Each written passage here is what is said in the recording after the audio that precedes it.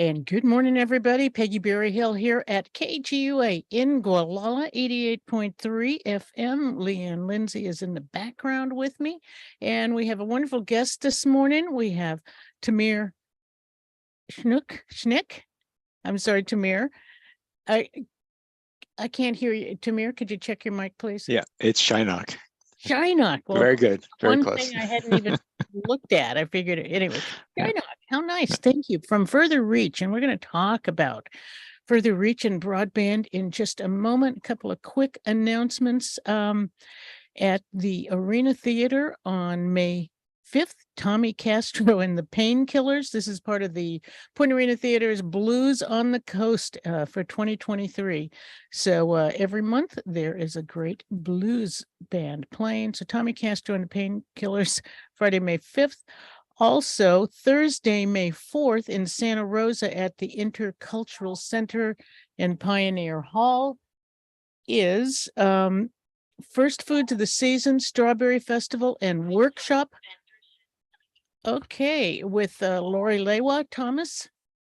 And that will be very interesting. We're going to have to, sorry, caller, we have to call you back. Okay, public lecture and celebration of the First Fruit of the Season, which the Pomas love to celebrate Strawberry Festival, Strawberry Season, and that's already taken place on many rancherias. So, and apparently she's going to serve strawberry cotton candy and chocolate covered strawberries. I may have mentioned that a big deal at powwows and big times, as they're known in California, is fry bread covered with strawberries and whipped cream, or fry bread covered with bananas and whipped cream, which I just saw this weekend. Anyway, those are just a couple of things that are going on in our neighborhood. There's always something going on. Guam Arts. You can always make sure you take care of your health. Go see Mendonoma Health Alliance. And we are now going to talk with Tamir. Good morning, Tamir. How are you doing? Good morning, Peggy. Great. Thank you. Great. Oh, I like your pine paneling back there. Do you live in a log home? No, I don't. Well, I do, and so I have some of that paneling as well. Very nice.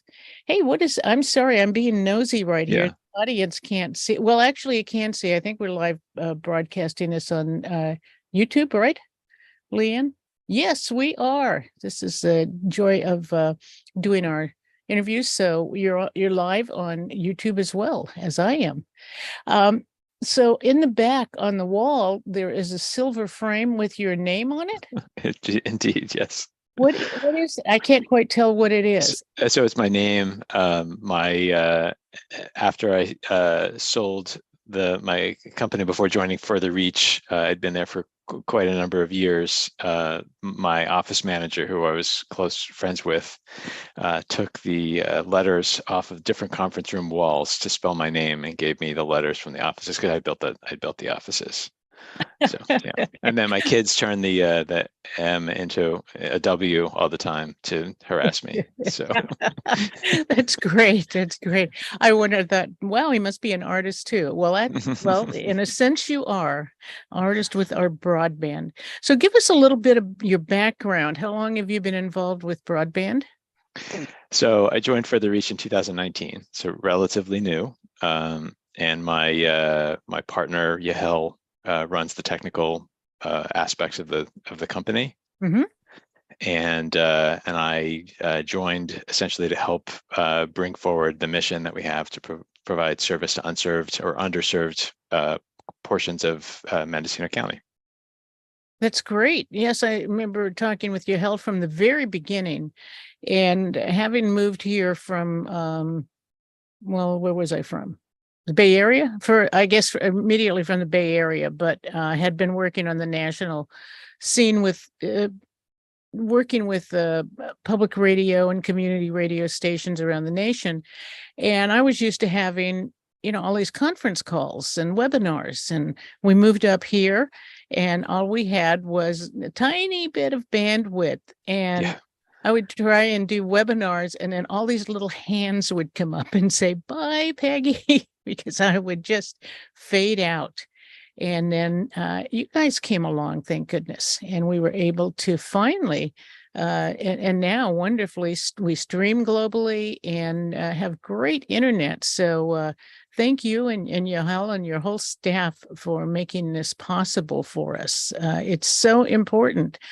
And, I think as you probably knew from the beginning how important broadband was going to be for the world. I don't think I want to go back a minute and think about that moment in time when were you first introduced to broadband, and what did it mean to you?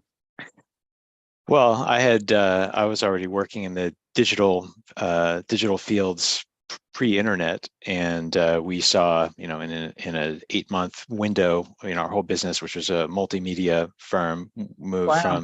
from digital multimedia CD-ROMs to online in a very short period of time, and then spent the next 28 years or so running a company that was internet focused.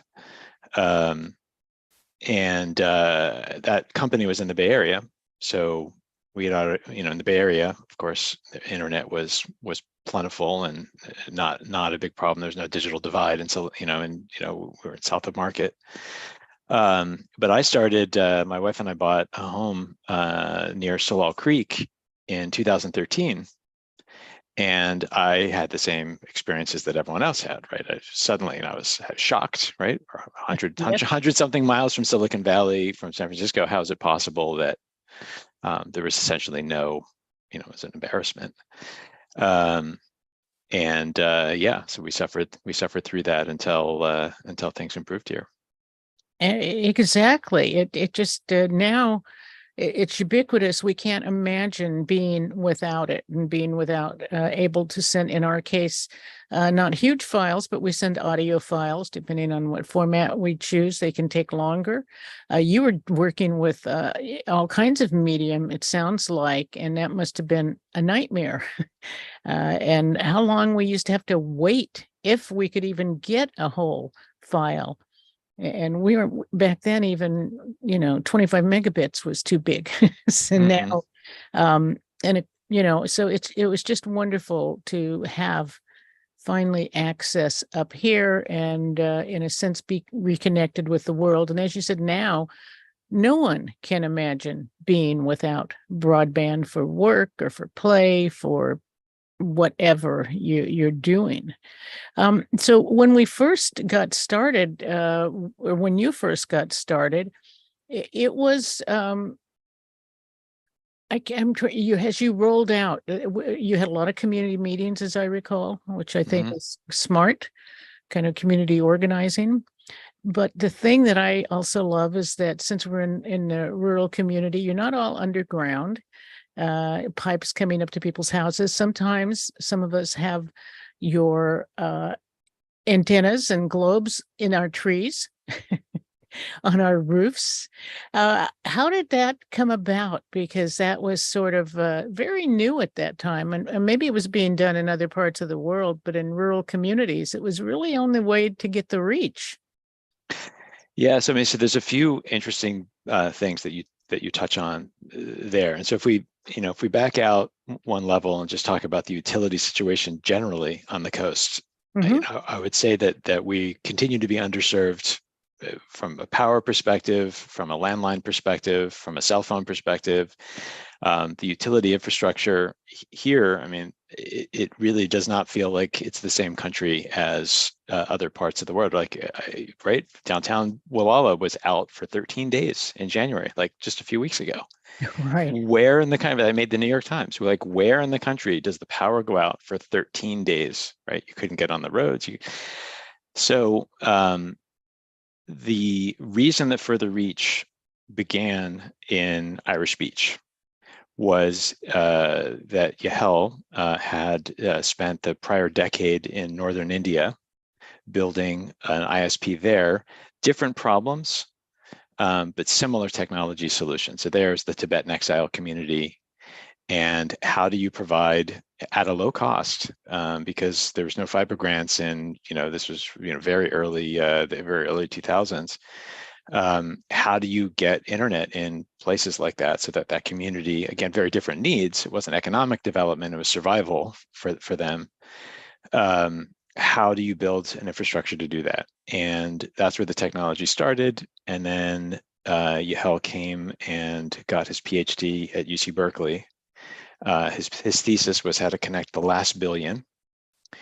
And in the process of doing that, he needed to test the research theses, and he looked at places up and down the West Coast, and Irish Beach was an ideal community, not especially affluent, exceptionally remote, poor utility infrastructure in general, completely unserved, and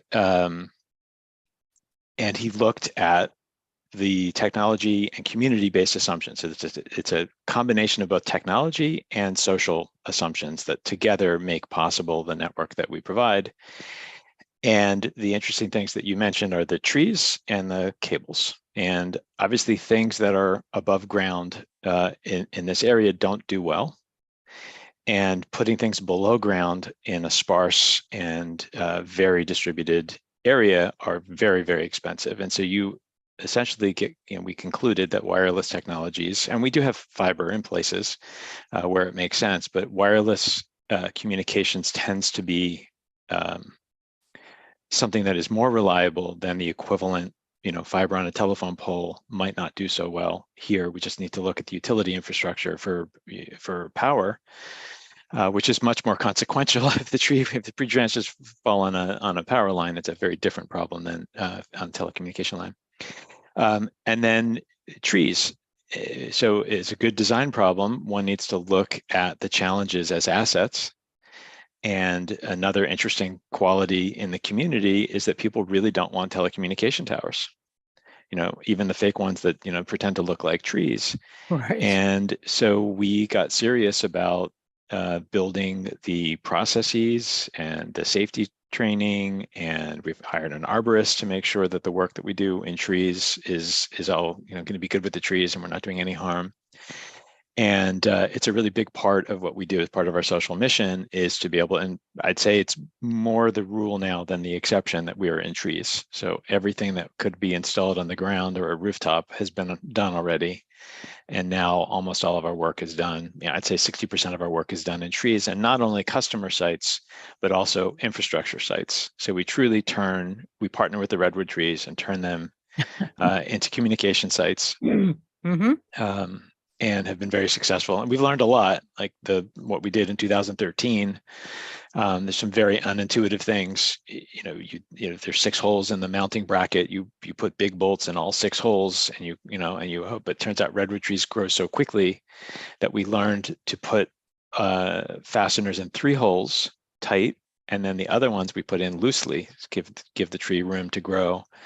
And our average repair time now in a tree has gone up quite a bit. So we're hopefully now near about 3 years on average. Yeah. Some people can last a lot longer. Some people's, a branch will fall on it and happen more quickly. And then there's all the training that goes into being able to safely climb a tree. And there's no OSHA regulations. There's OSHA regulations for arborists and for tower climbers, but not for the combination. And so we hired a team of people, and they built training processes internal to the company, and we now train all of our installers on being able to climb safely and also perform a rescue in the event that, because there's not very many people who can climb a tree without safety gear in it. Right. So Right. so you need an arborist who actually knows how to get up in that tree in the first place to be able to rescue somebody. Amazing. That is Yep. so interesting.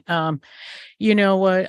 When I came back to California and moved up here, I had been working on also internet access for primarily native tribes and communities, very rural, often very poor.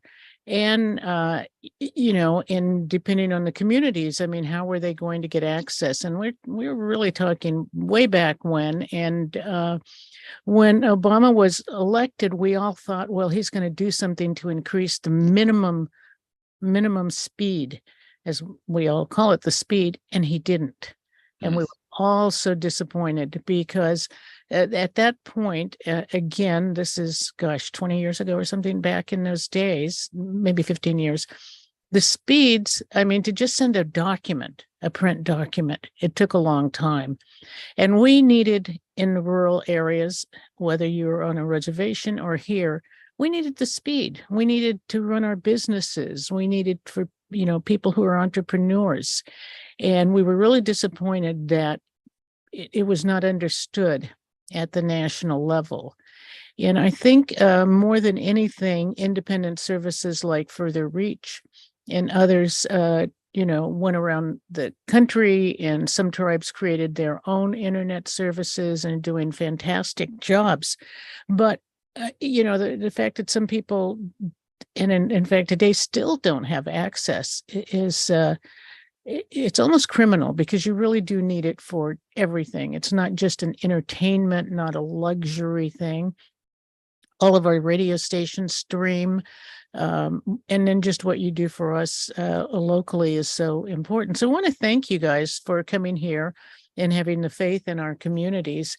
So why don't you talk to our listeners a bit about what you serve, what you offer to people in our communities, what speeds and what kind of data caps, and maybe we even need to explain what a data cap is.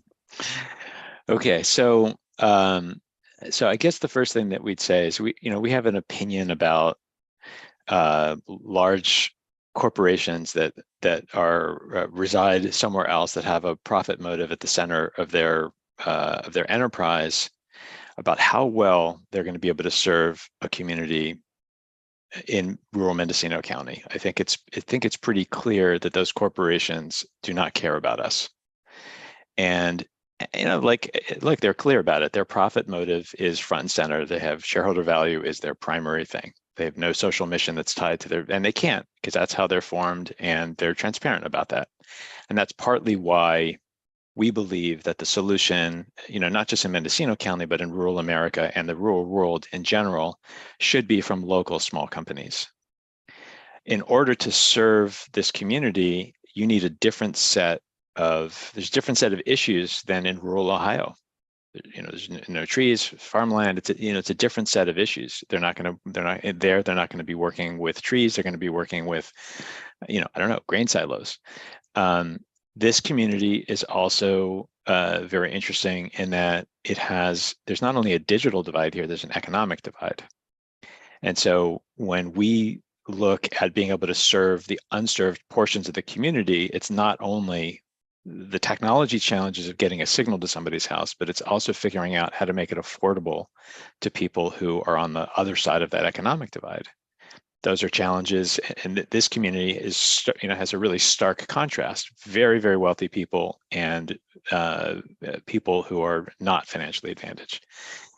And it really takes a local lens to be able to solve that problem with local people that work for you, that know that you bump into people in the supermarket, that understand the community, that understand the geography, that understand the values. So when we set forth to provide the services that we had, the first thing that we agreed is that we would not have any service plan that was not at the time considered broadband, that you couldn't run Zoom on, that you couldn't conduct a small business. Yeah, if you have 4 teenagers at home and you operate, two working people, that you need probably a higher plan than that basic plan.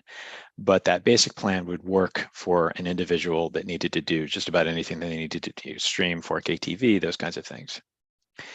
And there's a lot of marketing that the large corporations put forth about what quality internet is.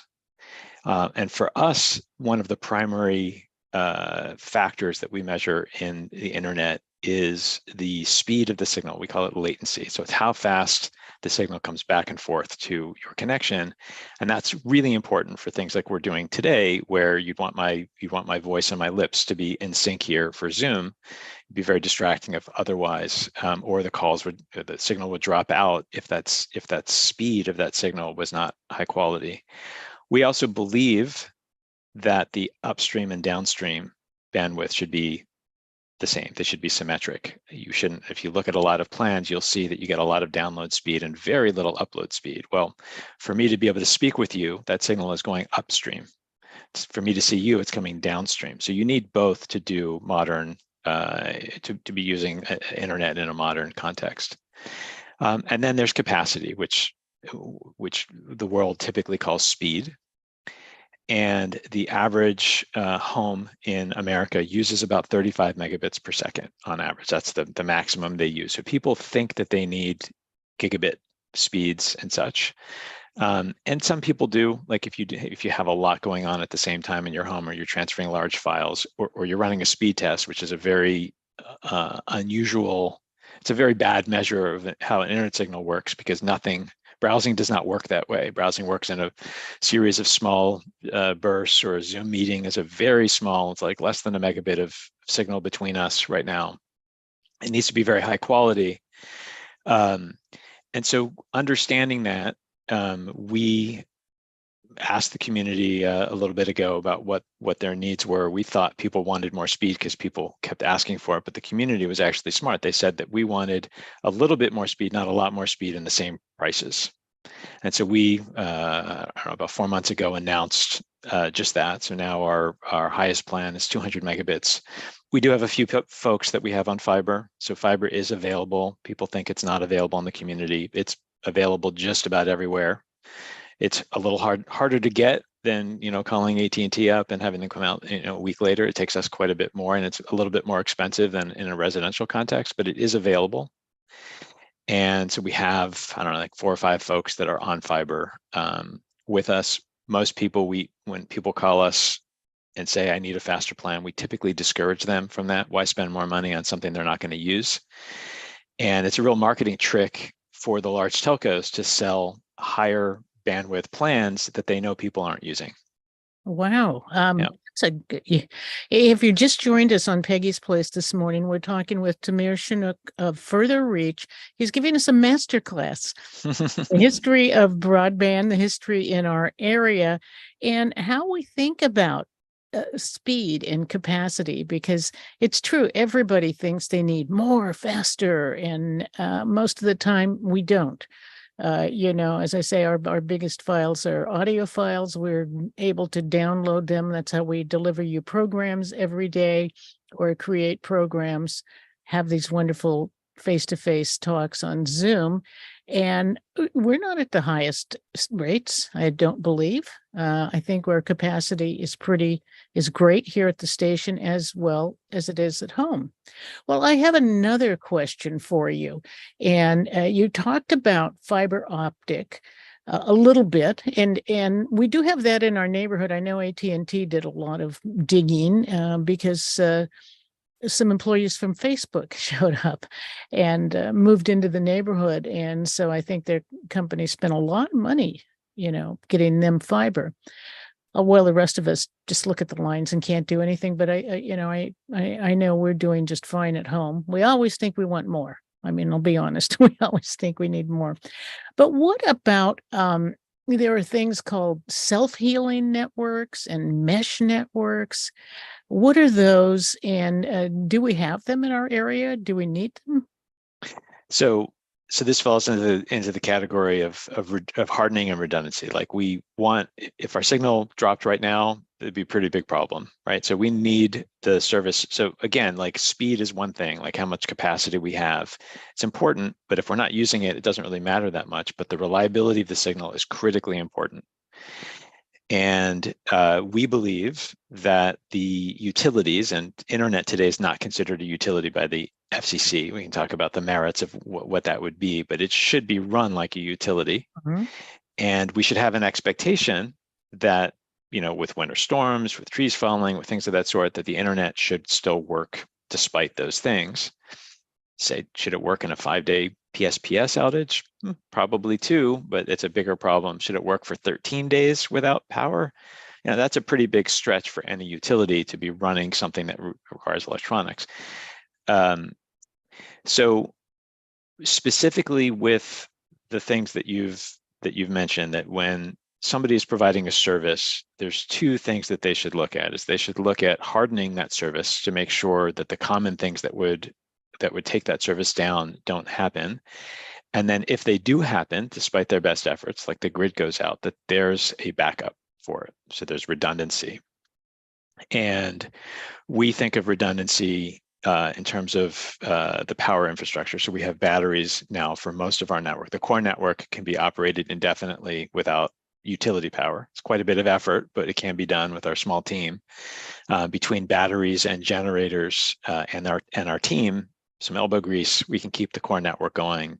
Essentially, we did it for 13 days in Wallala. We could probably go for a long time, as long as fuel is available, which becomes an issue during the PSPSs because the pumps don't work. So beyond, and the power infrastructure, by the way, costs probably twice what the telecommunication infrastructure costs. So if we just said that we were only going to provide internet and we're going to be grid dependent, which almost all the utilities on the coast are pretty well grid tied. Some of them have small backups, but most of them go out over a period of time. Our network would cost a third of what it does today. But we think if we're going to serve this community, we need to do it with a straight face and be able to provide that level of redundancy. Now, the second thing that can happen is a tree can get struck by lightning. A tree can fall down. There can be a fire in a particular area, and that would cause a node on the network to stop functioning. Now, if that was a single point of failure for that, think of a tree, then everything upstream on that tree branch would be offline until that node was fixed. We don't think that's a good design in an area like the one that we're serving, and part of the technology approach that Yahel developed here is a self-healing, we can call it a mesh network, it's a marketing term, and what it essentially means is that every radio communication site that we have that's on our core network has more than one link upstream. So if one goes down, it'll automatically, without a human, it'll automatically switch over to another. And that's very important in being able to provide the service that we do, because the stuff does have, as much as you can harden infrastructure, it will go down and you will have problems and things need to switch over. And then there's also having multiple fiber uplinks. So people think that fiber is perfectly reliable. It's not. The fiber that runs down the coast from AT&T is very old. It is fiber. It's great that it's fiber. We're glad that we have it. It's not the same as the level 3 fiber that's available in Manchester, which is part of the Trans-Pacific communication infrastructure. It's super high-end fiber, and but both of these companies can't perfectly provide 100% uptime on their equipment. So what happens if the fiber link goes down? What if it goes down in Anchor Bay, or it goes down in Manchester, or it goes down in Wallala? We need to be able to switch over. And so the mesh idea here is also that if the fiber links go down, that the infrastructure can switch the signal over and move traffic to the links that are up. Always have to think about that. We use the term redundancies. Even the radio station has 3 redundancies because we do have this 24/7 monster tower. It's a tiny tower, but to us, it requires a lot to keep it going and keep our signal going. So we too have to think like that, which includes your service. And, sometimes we have to work at home and keep everything going. And your service, we have generators everywhere is the answer for us, is generators everywhere. Not everybody can afford the generators that we have to use, but we do those kinds of things so that we can continue to provide not only the over-the-air broadcasting, but the downloading of our programs that come from all over the globe. And we have to have remote access to our station. So remote access and remote links are important. And you've mentioned that a bit. How do we, you're talking about how you're providing the reliable internet to allow us to continue to have this.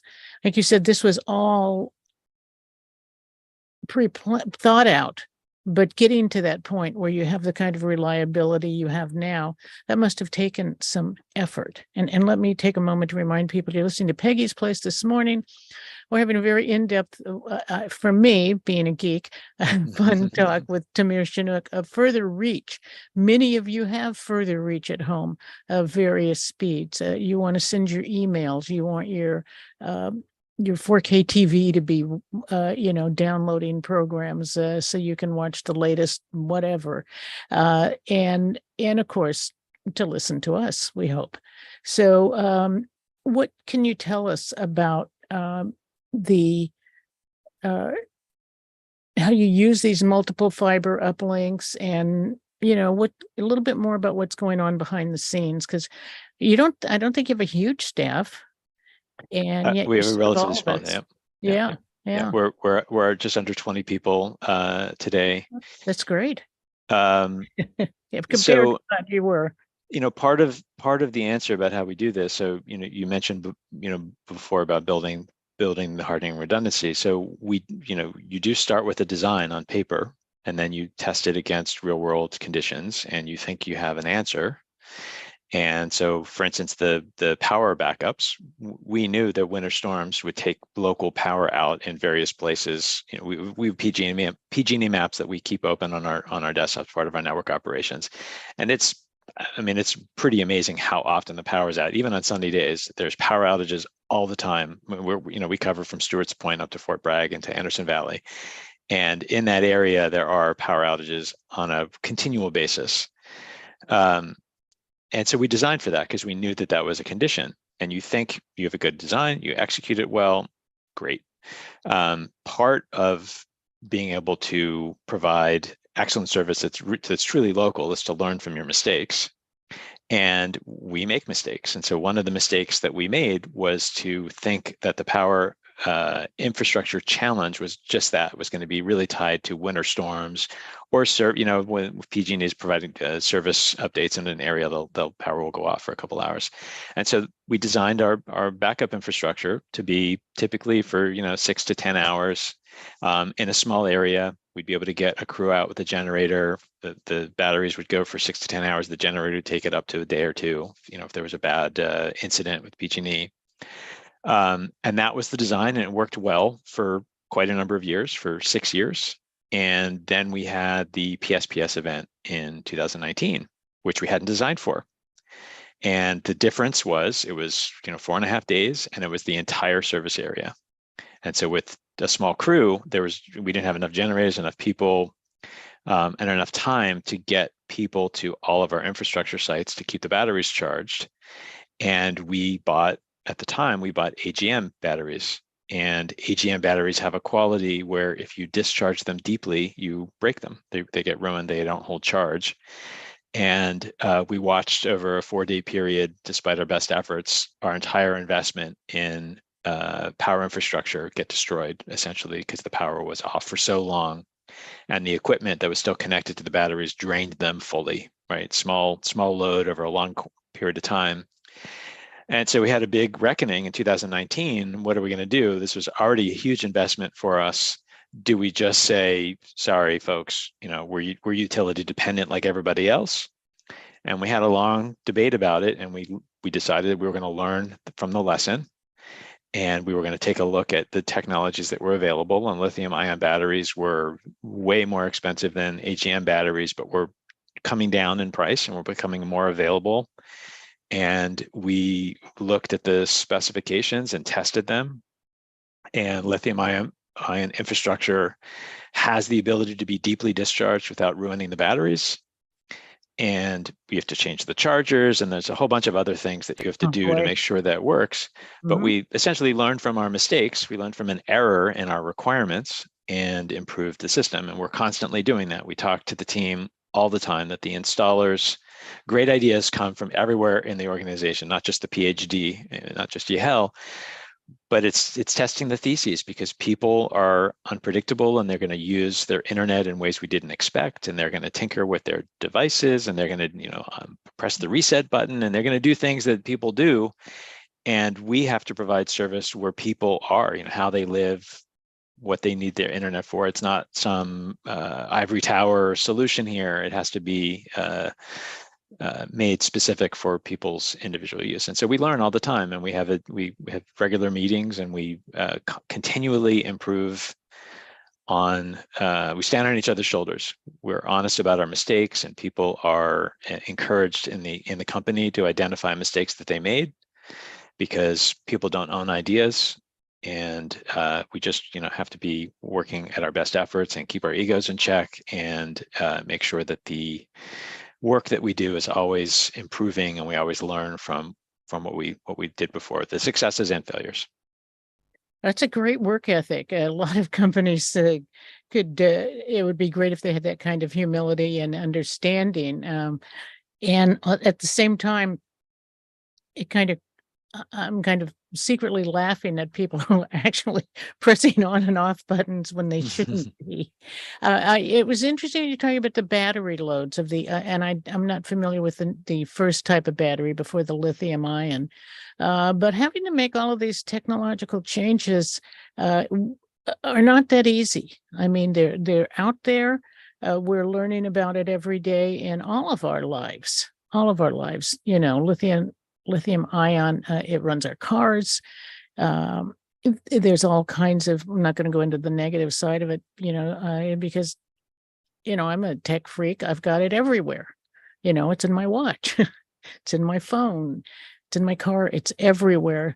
And that is, today our communications, we need that. We need them for safety. Having you guys on the air, I'm just using that term, broadcasting, during those PSPSs, during the times that we're running off generators and we're trying to get information to people. And because safety, particularly in rural areas, but in any area, is so important. I want to go back a little bit in time for you, though. But what was it that attracted you? And not so much about further reach, but this whole new infrastructure of broadband that was coming that's here now. So the short answer is, I sold my prior. I started a design technology company out of college, out of UC Berkeley, and ran that in the Bay Area until 2018. And it was very proud of the company. We treated employees well. We had great relationships with clients. We did great work in the broader community. But the social mission in that organization was essentially tied to the inherent benefits of good design in the world, which I believe in. I believe that doing good work and good design, having authentic relationships, is itself a social good. But I was in the second half of my career, and I wanted to do something that had a little bit where the social mission was a little bit more front and center. And I had known Yahel for some time. We are distantly related through family, and the social mission of providing internet. I've lived in the community. I knew the problem. I suffered the problem myself when it limited my ability to come to the coast and enjoy the community here. And Further Reach was super exciting to me in the sense of having a social mission that was essentially front and center of what it did. And a group of people that were committed both to that and building sustainable operation and proving what others said was impossible, to provide, to build a sustainable operation that was able to provide a high quality of service in a rural area that corporate America basically said it was impossible. It was financially unattractive and wasn't something that corporate America was going to address. You just said a lot in that statement about making that decision to, and partly because you were living in the rural area and you found out right away that your access to people beyond the telephone it didn't exist, or was very hard, limited. But the social responsibility, I use that term a lot, and that's something you don't hear from businesses very often, because as readily, it comes down to many places the bottom line. KGUA certainly is a socially responsible business in that we respond to the community needs.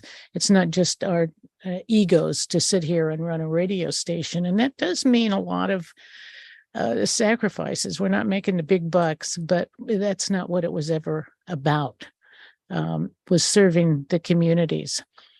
I'm just curious. So when you came up here, and then this is before you got everything, all the infrastructure going, and the first time you wanted to send an email or something, and you couldn't do that. It must have been a shock.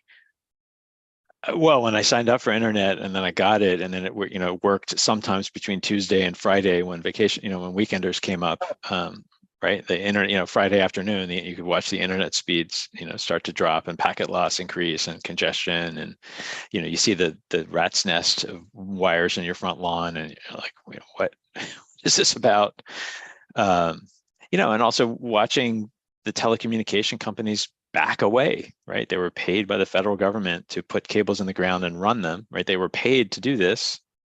They didn't self-fund it, and then they're backing out of the community, out of a monopoly. Like, who does that? Like, what more do we need to see as a community to know that we are not, we're not the target? No one has an Excel spreadsheet with Wallala on it as, a place that okay, we got to take care of Wallala this year. That is not on their spreadsheet, I don't think.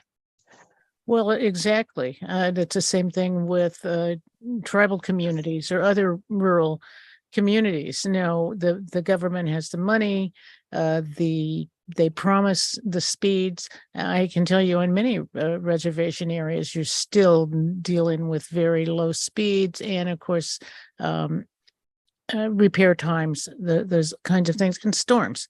You got snow, you've got, thunder and lightning, you've got all of those other things that can happen when you're running this kind of a business. Well, part of our mission is very local, is to do this locally. But the broader mission is by proving this can be done locally and open sourcing. 100% of our technology is open source.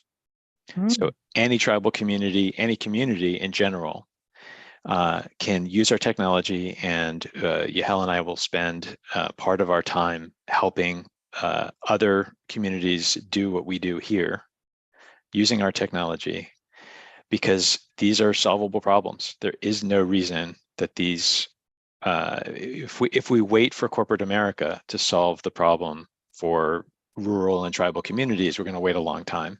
The BEAD money, there's not enough federal money coming that's going to provide fiber everywhere. And you can guess where it's going to go. It's not going to go to the most sparsely populated areas. It's going to go to the areas that are, semi-urban, suburban. Oh, absolutely. I mean, you just have to look at a cell phone map of any carrier, and that's going to identify all those areas. So with all of this talking with Yahel and your crew and all the things you're learning, do you see in the future for our community? Well, there's a frustrating amount of areas that are still unserved. So, there's still a few pockets in, south of Elk that we see. We call the South Coast for us. So we have more work to do here. Reliability is something that we can never do well enough. So we continue to invest in the network that we have here. We hope to continue to improve both the quality of service and its reliability. We've invested a huge amount in building a customer success organization. So the same ideas that we spoke before about providing service, essentially where people are and the way that they use it, people need help in their homes. There's no Best Buy up the street for people to go and ask questions for. And so we are providing support for everybody's home network. So we'll provide support with anything that folks have that use the internet to help them be able to use the service. And then right now we're busy expanding north of Mendocino, east of Mendocino, and into Anderson Valley. There's still quite a number of communities there that have no service other than satellite. Wow. So you mentioned you're going up into Elk as well. So we serve now all the way to Fort Bragg. All the way to Yep. Fort Bragg. Yeah. Wow. Yeah. And well, we're very happy you've come here, and I wanted to go back again to this concept of speed and megabits and what people need and the difference between what they think they need. I mean, you have your services, you have your silver and your gold, and as you call them, different titles. Your gold service, for example, 100 megabits, 35 million megabits minimum. That's your highest service. What would The somebody highest need? service is actually 200 on paper here. So if you slide to the right, you'll see that we have a 200 megabit plan. And then again, we have fiber that we're happy to install for folks that really need that kind of service, which is essentially unlimited. It could be 10 gigs and up. So who really needs that? I mean, in contrast to people who think they need that, what are they possibly doing in terms of, are they sending huge files, receiving huge files? Trying to figure out what kind of businesses would need that. So I can't really think of very many people that need that much, that need a full gigabit of service. I have two teenagers and they have 2 or 3 devices going at the same time, and I'm working on calls like this all the time. We have a 50 megabit connection on the coast, and I've never had a problem where I've exceeded. The only real uses that are common are a high number of simultaneous uses. So if you have multiple 4K TVs, and we have a couple subscribers who, mom and dad each have their own TV, and they have to watch their thing at the same time, that would require you maybe to get to the gold plan. Maybe the new silver plan is fast enough, depending on which service it is.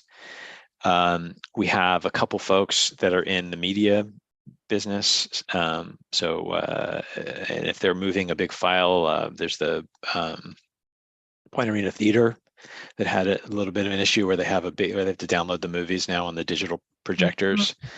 But how often are they doing that? And what's the difference between 50 and 100 megabits for them? I mean, it's twice the capacity, so it'll be half the time. But if it's the difference between 5 and 10 minutes, and that's going to happen twice a month, how much of a real need is that? The other thing to keep in mind is that during regular internet use, just when you're browsing on the internet, there's also this burst capability. And so the speeds on the internet will burst much higher than the stated limits of the plans. And typically almost all the traffic falls into that burst, because you hit a web page and you get the assets, and it happens in the first half a second. And then it's all there, and then you're using nothing. And then you click a button, same thing happens. You get a bunch of data. It all happens in the first half a second, and then you do nothing. And so if you look at an internet user signal, it's very, very spiky. Typically, there's nothing going on, and there's a huge spike. And then a Zoom call would have like 1 or 2 megabits. If they're sharing a screen and using their video, there might be 1 or 2 megabits of usage. It's very low. There's very little that we do. The downloading a new operating system, moving big files, those are the things that use more data over a bigger period of time, 5 or 10 minutes. Yeah, we're sitting here talking with you, watching each other through Zoom. Leanne's writing to me in the background and making sure things are moving along. And of course, we're broadcasting. So when you think about the spikes in all of this, for the most part, once we're here, it remains pretty stable. These are not spikes every time I stop talking and you start talking, correct? Yeah, I mean, if I wave my hands, I can watch my signal. So if I wave my hands, my upload speed is now 1.1 megabits a second. And if I sit very still, my speeds are going to go down.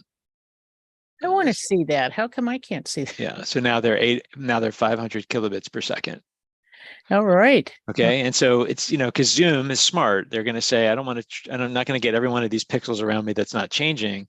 But if I do this, now I'm changing every pixel on the screen all the time. And so there's going to be more bandwidth that's needed. I'm also talking. If I'm quiet and sitting still, it's going to be, but it's not very much, right? This is just high definition Zoom call. I can see you very well. I think you could probably see me very well.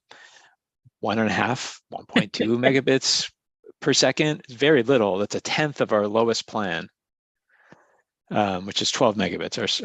Our slowest plan is 12 megabits a second. So it's 1/10 of that to do a Zoom call. 1/10 of that. Well, Leanne was just playing with the screen, zoomed us, live, almost life size, zoomed back out. Leanne is also very much a tech freak as well. So we're all experimenting as much as we can.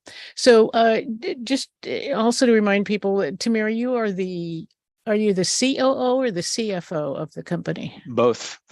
We're a Both. small company. We wear lots of hats, very multidisciplinary. And so what does that mean if you're the COO, the chief operating? So like you said, you moved your hands around and looked at how, so you're watching the bandwidth daily and also the business side of it, the flow of the money. Yeah. So yes, I'm responsible for the sustainability of the organization.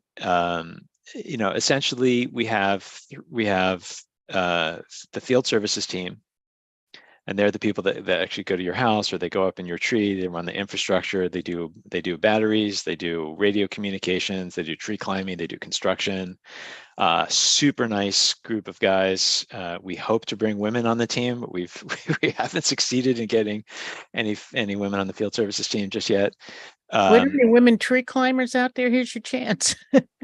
We know one. We keep calling her, so she's busy. There's lots of tree work out there. So, and then there's the network operations team. So that's the technical team that Yahel runs. The field services team is run by Crispin, who grew up in Point Arena, Crispin Scanlon Hill.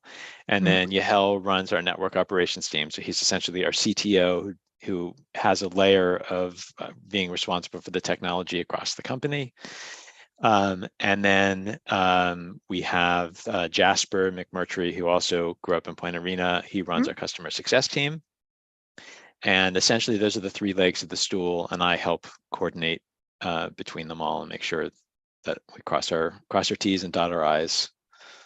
That's an amazingly small team. I love the title, customer support team.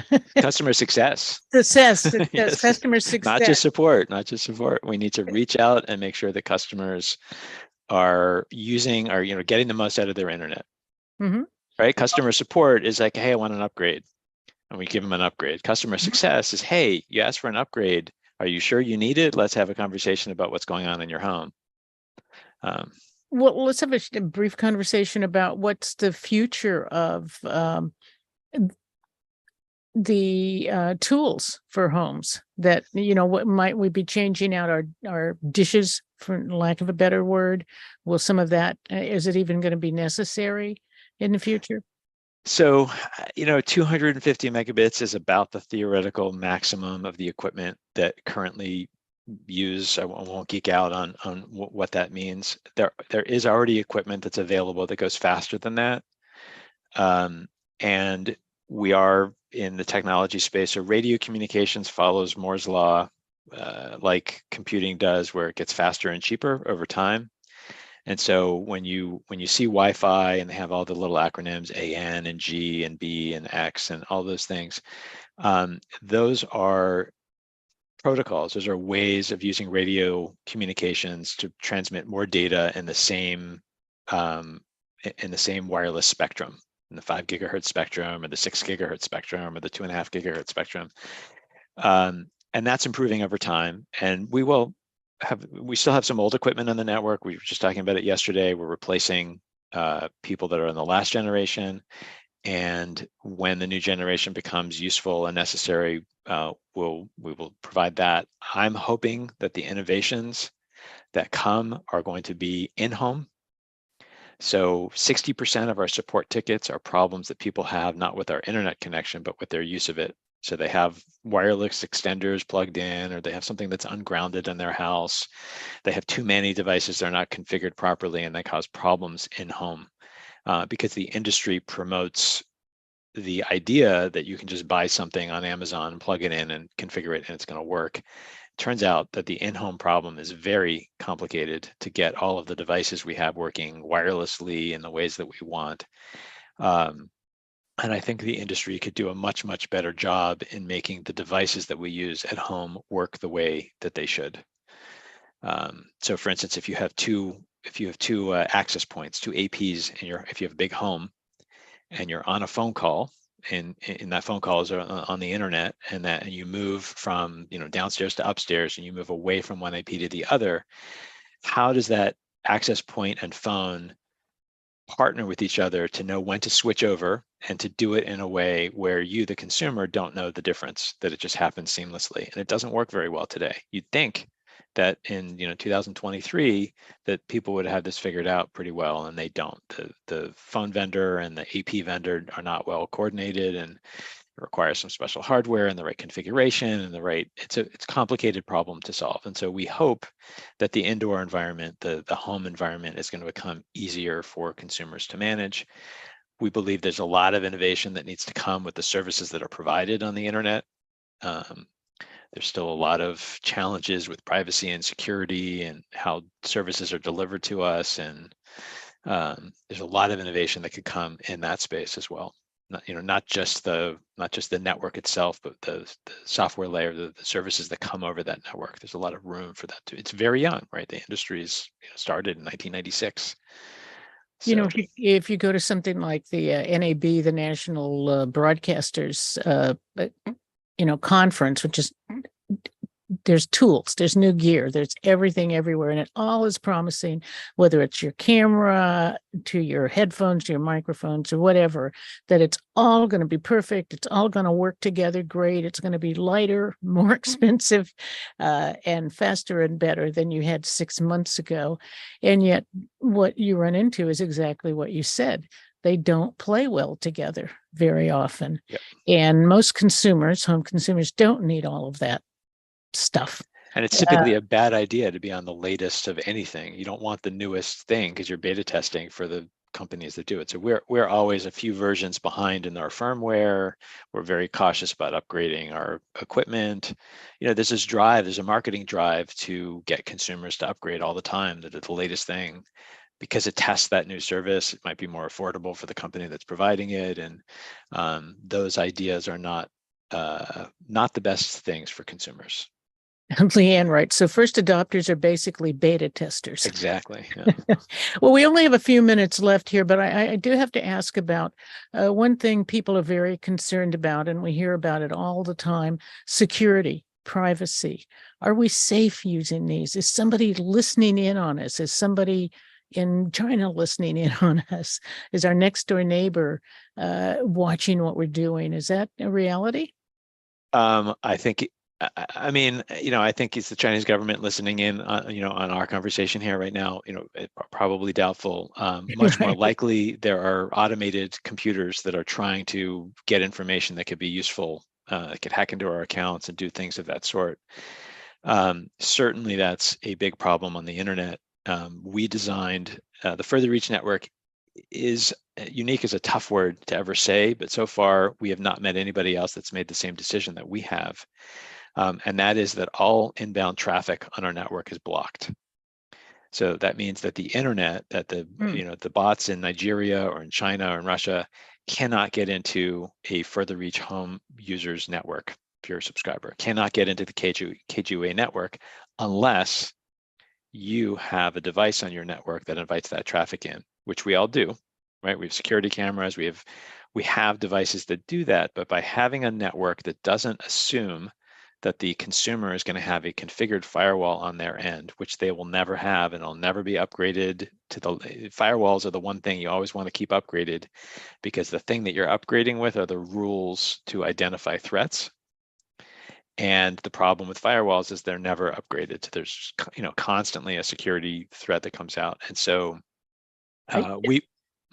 we're going to have to leave Okay. that almost the last word, Tamir. We are out of time, and just so wonderful talking with you. We'll have to do it again sometime. I think everybody, all the geeks out there, but people who also want to know about their infrastructure, we'd like to talk to you more about that. But I gotta go.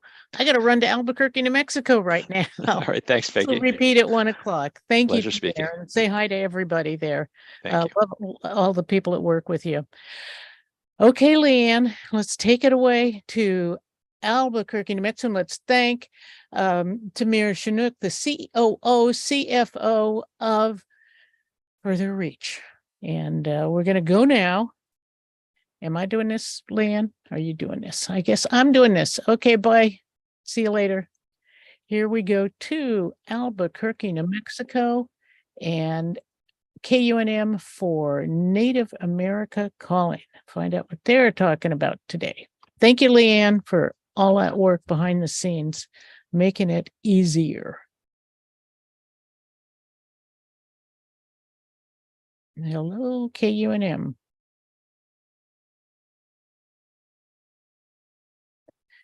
All right, Native America Calling. We know you're there. Okay, we got too many mice running around here. So, okay, let's go back to. Of which are giving people There you misleading go. information. And some This is could be KGUA in dangerous. Walla. Are they crossing the line for some Twitter users? We'll get perspectives right after the news.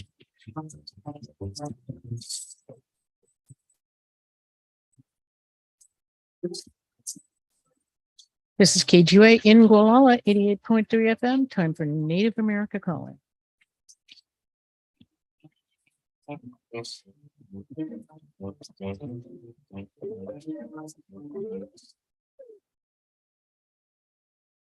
This is National Native News. I'm Antonia Gonzalez.